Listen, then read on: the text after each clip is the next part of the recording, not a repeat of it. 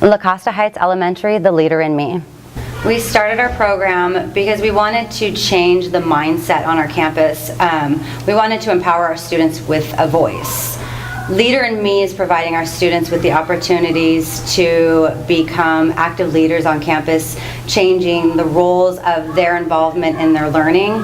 We've become a campus that has gone from a teacher-led environment to a student-led environment, where teachers have become coaches and students are empowered in their learning and invested in their education. It teaches the kids life skills. It's 7 Habits is teaching the kids life skills, 21st century skills, to be successful adults, to be successful in the workforce and in their personal lives, how to organize and plan their goals in life. So it's, we have a goal of begin with the end in mind, put first things first, synergize, working together with students. We do a lot of collaboration. It's giving these skills, giving the vocabulary to the students to have the skills to be successful. And the students have responded with total enthusiasm. Our campus, you walk around and you see students running assemblies. Students are making the decisions of changes that they want on the campus. The students are, you see little team meetings happening where students have called their own gatherings to figure out things that they want to focus on and work on the campus. The language that's being used, they use, instead of get along, it's let's synergize. They're learning the actual language that's being, infused into this program. The confidence that we're seeing in students to want to make a difference, that we've empowered them to feel that their voice matters, that they are leaders. The success is measured twofold. We have our students who are taking charge of their learning, so they have leadership notebooks where they are actually doing all their tracking of their academic work. They are aware of their success, they're aware of their strengths, they're aware of where they are academically. It's no longer a teacher secret in a book, it's the students have all that information at their hands, and you're seeing where they challenge themselves now. Oh, I got an A, or I got a B here, I'm going to study harder to get an A here, and they can track their academics.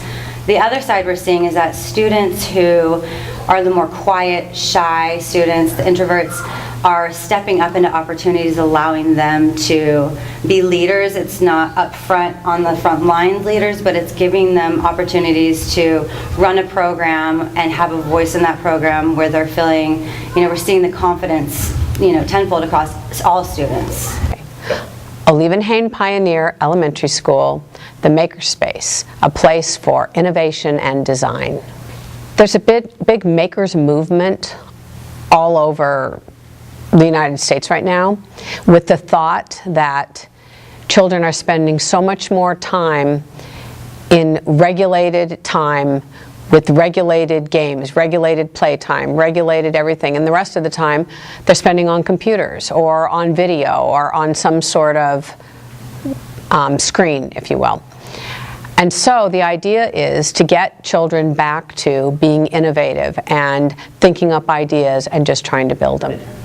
The Makerspace got started because the best way of learning about anything is by doing it. Children retain skills they learn in school when the skills are relevant to their own lives. So in 6th grade, students fill their tool belts with science, technology, engineering, and math skills to use later in life as they create their own businesses. Kids today must learn to be critical thinkers who work collaboratively to create and solve problems along the way. At our school, we are creating makers. In the Makers Playbook, they have one page for each, starting with their project proposal. So they fill that out first, their project proposal, submit it to the teacher for approval. Then they have to come up with their plan and all the materials they need, which there's a page for each in the Maker Playbook. Then it comes to the funding page. If they need additional supplies that aren't already in the Makerspace, then they have to go out and find someone to fund it, albeit their parents, Aunt Susie, or whomever. Okay, so picture this. A room filled with tools of every sort, from saws and screwdrivers to electric sanders and drills.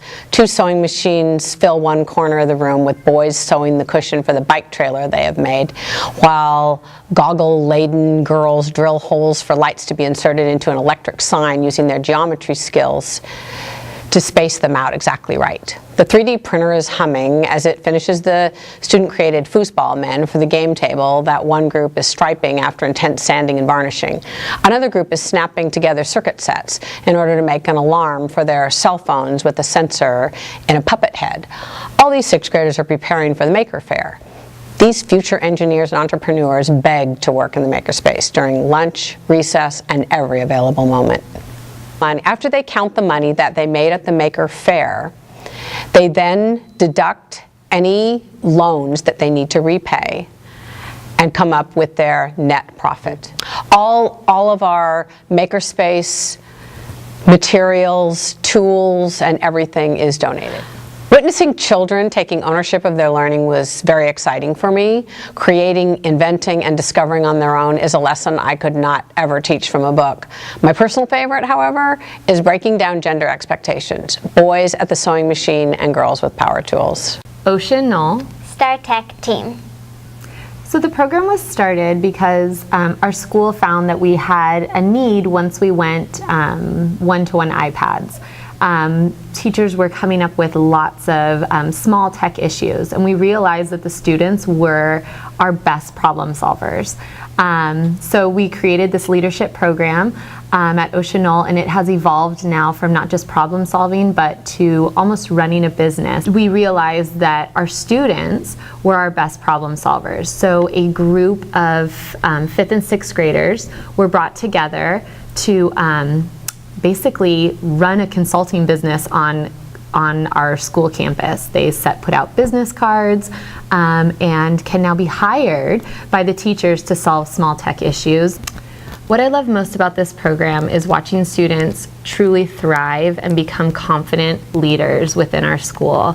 It's amazing watching my StarTechers talk back and forth with adults and even adult strangers that come on campus to get tours. My StarTech students fear nothing, and it's amazing to watch their risk-taking, confidence, and true 21st century skills grow by being in this program.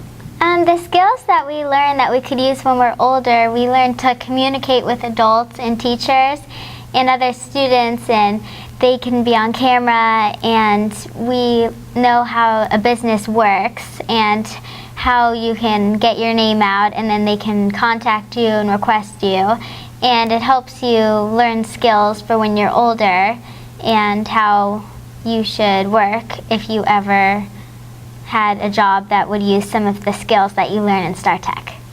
Other students consider us leaders, and they would love to be in this club and program, but they love when StarTech comes around to film them, and then the students can become in the newscast, and they love the leaders coming around and helping other students with their technology issues on their iPads, and they like the support they can get from StarTech.